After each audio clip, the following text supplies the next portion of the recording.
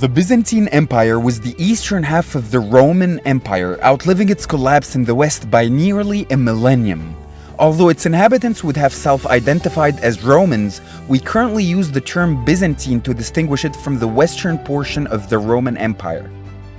The name refers to Byzantium, an ancient Greek city ideally located as a transit trade point between Europe and Asia. In fact, in 330, Roman Emperor Constantine the Great moved the Roman Empire's capital from Rome to Byzantium, renaming it Constantinople after himself.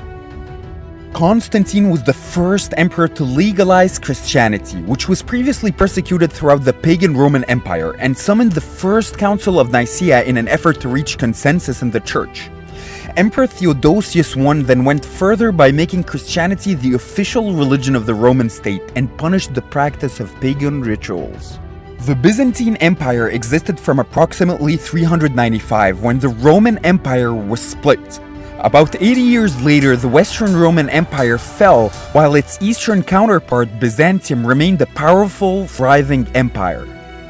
The reign of Justinian the Great is usually considered the golden age of Byzantium. He wished to restore the Roman Empire to its former glory and was responsible for many reconquests, including North Africa, Spain, and most of Italy. One of Justinian's most important acts was legal reform. Originally, Roman laws differed from region to region, but Justinian created a single code that eventually served as the basis for civil law across medieval Europe and holds major influence upon public international law today. His wife Theodora was powerful and often referred to as his co-regent. She was heavily involved with the legal reforms specifically regarding women's rights, such as prohibiting forced prostitution and expanding the rights of women in divorce.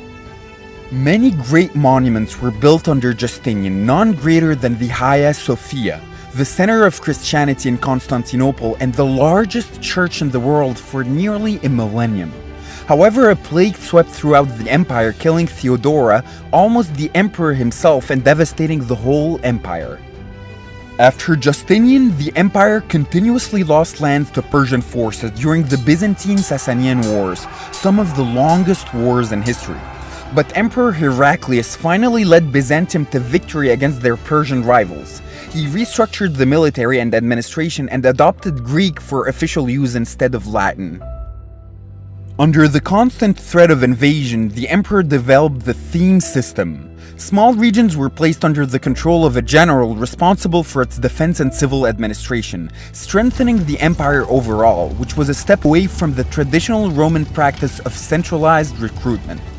However, upon Islamic Prophet Muhammad's death, the rising Muslim Arab armies conquered the rich provinces of Egypt and Syria and almost destroyed the Byzantine Empire in the Byzantine Arab Wars.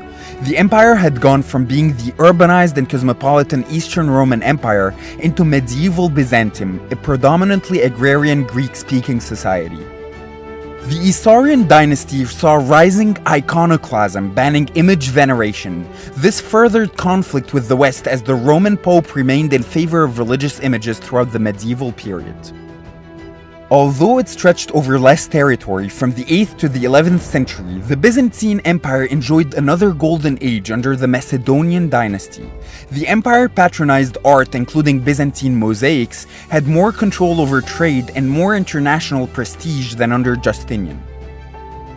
East-West religious relations became increasingly strained, and centuries of theological and political differences culminated in the Great Schism of 1054.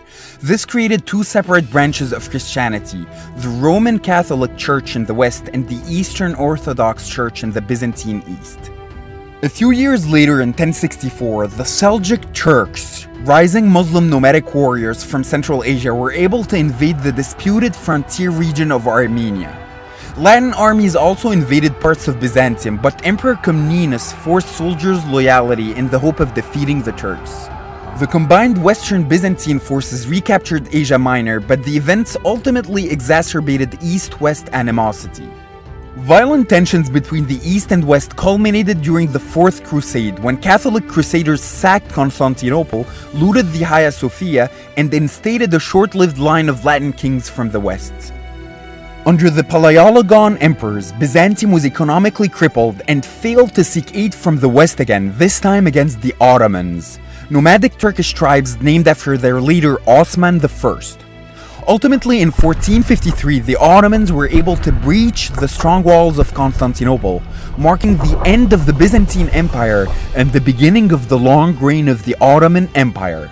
Nevertheless, Byzantine legacy lives on through its influence on countries that practiced its Eastern Orthodox religion. Also, the writings of ancient Greek thinkers such as Plato were slowly vanishing in the West and might have been lost to history if not for the Byzantine Empire. Its libraries safeguarded these Greek and Roman texts that provided the foundation of the Renaissance.